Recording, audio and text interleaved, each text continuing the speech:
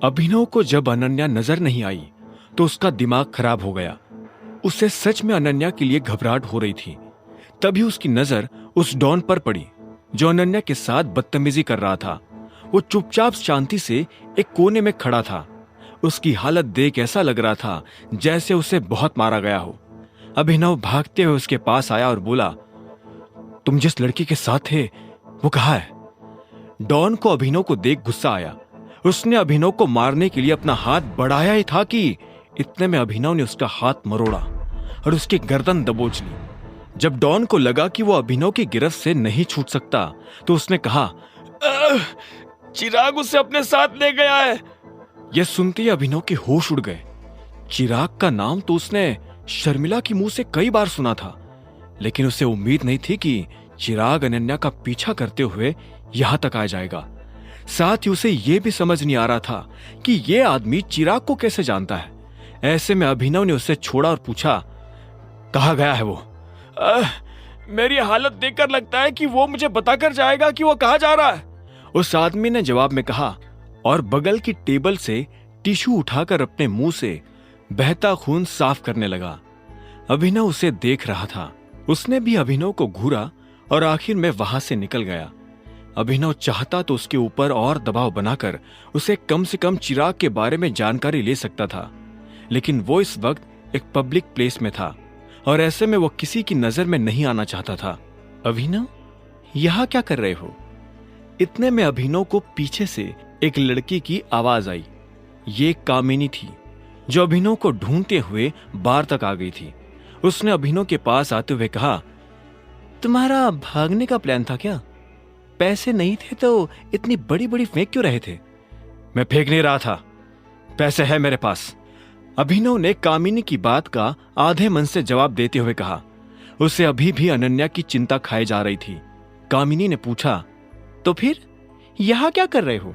देखो, अगर तुम ये सोच रहे हो कि तुम बचकर निकल जाओगे तो ऐसा होने नहीं वाला है। पैसे तो देने पड़ेंगे।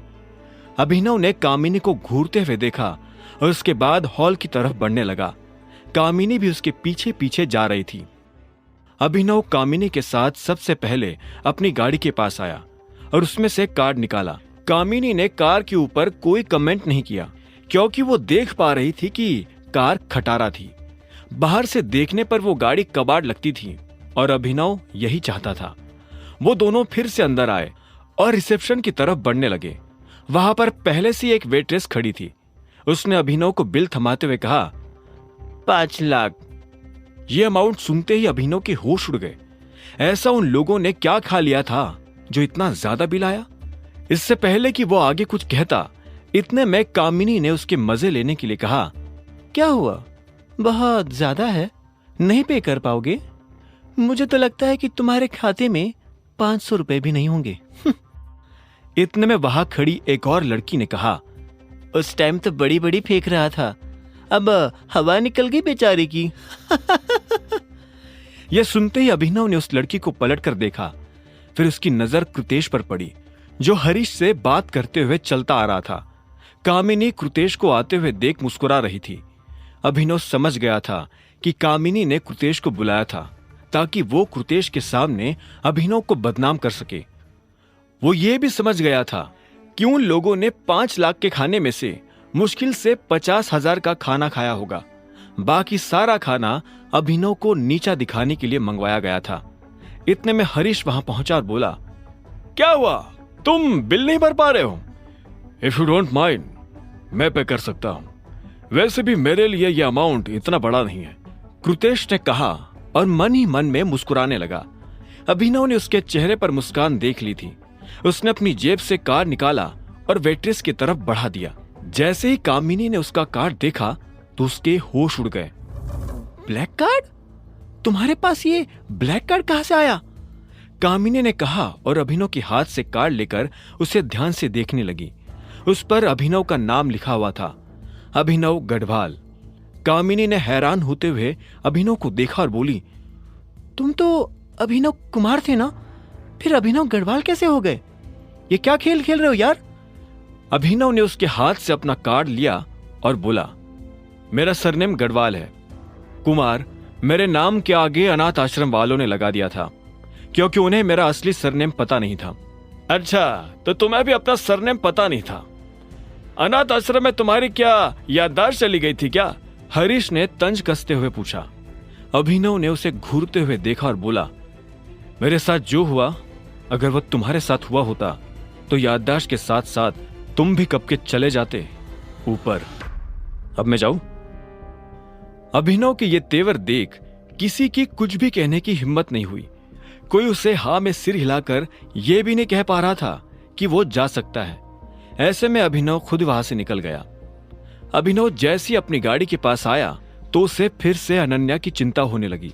उसे समझ नहीं आ रहा था कि अब उसे क्या करना चाहिए। अनन्या की गाड़ी पार्किंग में नहीं थी।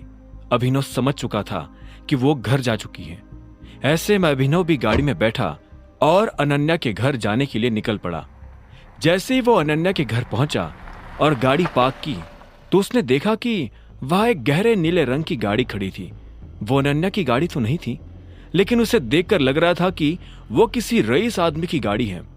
उसी के बगल में अनन्या की गाड़ी भी खड़ी थी। अभिनव ने ज्यादा दिमाग नहीं लगाया और घर के अंदर दाखिल हो गया। जैसे ही वो अंदर घुसा तो उसे एक अजीब सी डिओड्रेंट की महक आई।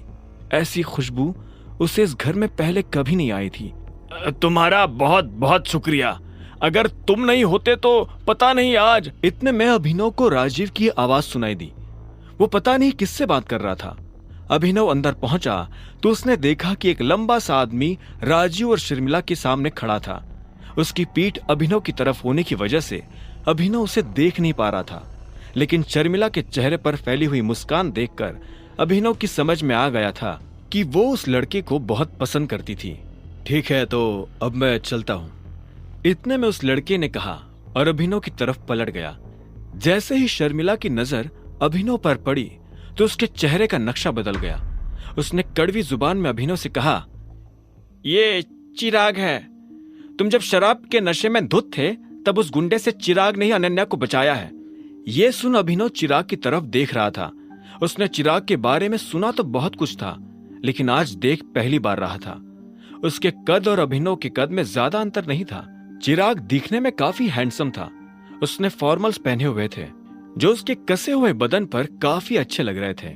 उसे देखते हुए अचानक ही अभिनव के मुंह से निकला, कैसे? कैसे? तुम ये पूछ रहे हो कि कैसे?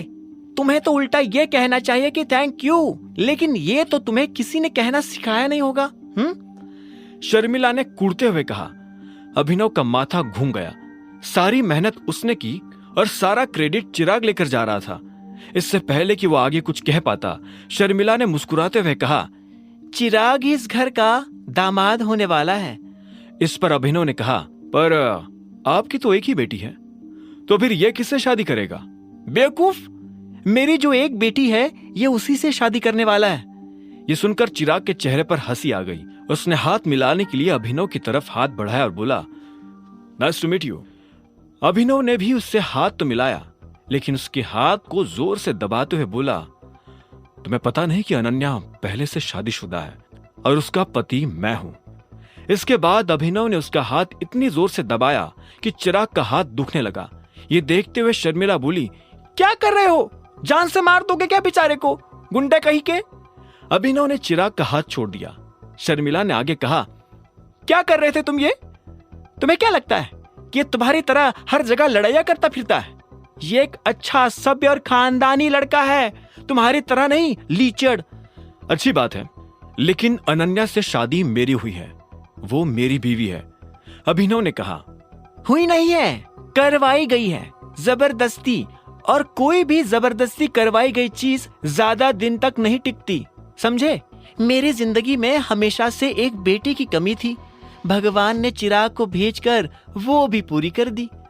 शर्मिला शांत हो जाओ, इतने में राजीव ने बीच में आते हुए कहा। लेकिन शर्मिला आज शांत नहीं होने वाली थी। उसने अभिनव को देखा और आगे बोली, अनन्या तुम्हारी पत्नी नहीं है। तुम अपने आप को उसका पति मान सकते हो, लेकिन टेम्पररी, उसका परमानेंट पति तो चिराग ही बनेगा। ये सुनकर अभिनव को शर्मिला से चिढ़ होने लगी। पता नहीं शर्मिला अपनी जिंदगी से क्या चाहती थी। इससे पहले कि अभिनव उससे कुछ कहता, शर्मिला ने चिराग से कहा, चलो चिराग, मुझे एरो गैरो के मुंह लगना पसंद नहीं है। और वो चिराग को अपने साथ वहां से ले गई। ये सब सुनते ही अभिनव का सिर दुखने लगा था।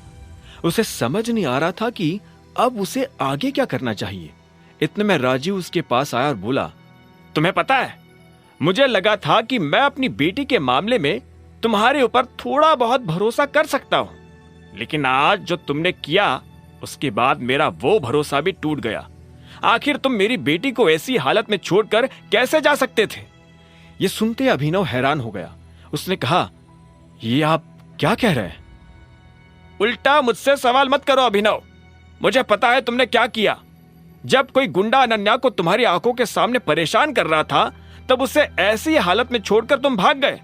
बस इतनी ही थी तुम्हारी मर्दानगी। और फिर यहां खड़े होकर सीना चौड़ा करके कह रहे हो कि तुम उसके पति हो। राजीव ने जवाब में कहा। अमूमन शांत रहने वाले राजीव का गुस्सा आज बढ़ता जा रहा था। अभिनव उसका ये रूप देखकर हैरान हो गया था। एक पल के लिए उसने कुछ नहीं कहा। फिर आखिर में उसने अपना थूक निगला और बोला, किस गधे ने आपसे यह कहा कि मैं भाग गया था? आपसे जिसने भी यह कहा उसने आपको बताया नहीं कि मैं बाहर क्या कर रहा था। अनन्या को किसी सभ्य और खानदानी लड़के ने नहीं, मैंने बचाया है। यह सुनते ही राजू ने हताश होकर ना में सिर हिलाया और बोला, इससे पहले कि मेरा गुस्सा और बढ़ जाए, प्लीज तुम ये झूठ बोलना बंद करो। सच में मैं तुमसे बहुत डिसअपॉइंट हुआ। मुझे नहीं लगता कि तुम मेरी बेटी से शादी करने के लायक भी हो। इतना कहकर राजीव भी अंदर चला गया।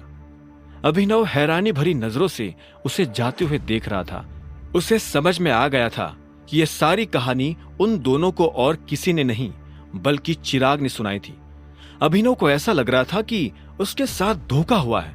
वो चिराग से इस बात का बदला लेना चाहता था। वो चिराग को उसी की दवा का स्वाद चखाना चाहता था। अभिनव गुस्से में अनन्या के कमरे में आ गया था। जब वो अंदर पहुंचा तो उसने देखा कि अनन्या सो चुकी है। अभिनव अपने आप को अनन्या को ठहर कर देखने से रोक नहीं पाया। वो सच में काफी सुंदर लग रही थी। अभिनव ने अपना सामान एक कोने में आहिस्ता से रख दिया। वो नहीं चाहता था कि अनन्या की नींद खराब हो। वो धीरे से उसके बिस्तर पर आया और कंबल ओढ़कर उसके पास लेट गया। अभिनव ने अपनी आंखें बंद कर ली थी और उसकी आंखों के सामने वही रात ताजा हो गई थी जब वो पहली बार ऐसे अनन्या के कमरे में न जाने कैसे पहुंच गया था। अब आगे क्या होने वाला था? क्या अनन्या और अभिनव की ये नजदीकी उन्हें एक दूसरे के दिल में जगह बनाने देगी? क्या अभिनव और अनन्या को एक दूसरे से प्यार हो जाएगा? और क्या करने वाला था अभिनव चिराग के साथ? जानने के लिए सुनते रहिए द रिटर्न ऑफ टाइगर, सिर्फ पॉकेट एफएम पर।